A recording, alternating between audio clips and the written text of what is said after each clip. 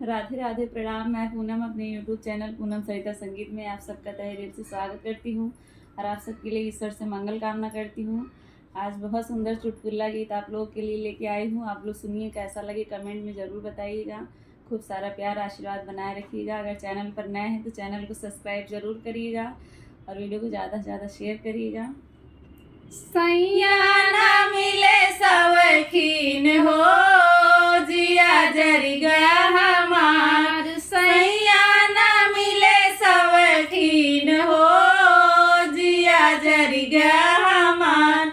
जरी गया हमार, जिया जरी गया हमार। जरी गया हमार, जिया जरी गया हमार।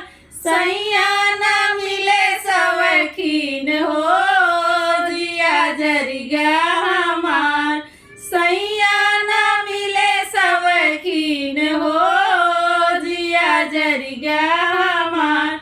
हम तो कहे पिज्जा बर्गर लियावा, हम तो कहे पिज्जा बर्गर लियावा।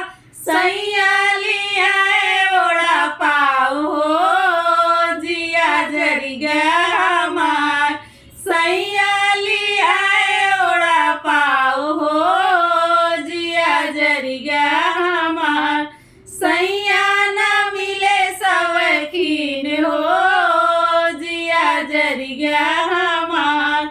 सैया ना मिले सवखीन हो, जिया जरी गया हमार।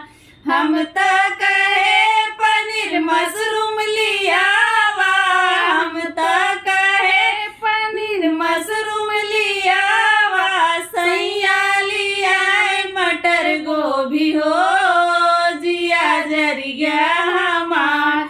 सैया लियाए मटर गोभी हो, जिया जरी गया हमार। सैया ना मिले सवखीन हो, जिया जरी गया हमार। सैया ना मिले सवखीन हो, जिया जरी गया हमार। हम तो कहे सैया शॉपिंग कराईदा, हम तो कहे सैया शॉपिंग कराईदा। सोवई में बिताए पूरा दिन हो, जिया जरी गया हमार। सोवई में बिताए पूरा दिन हो, जिया जरी गया हमार। सैया ना मिले सवखीन हो, जिया जरी गया हमार। सैया ना मिले सवखीन हो, जिया जरी गया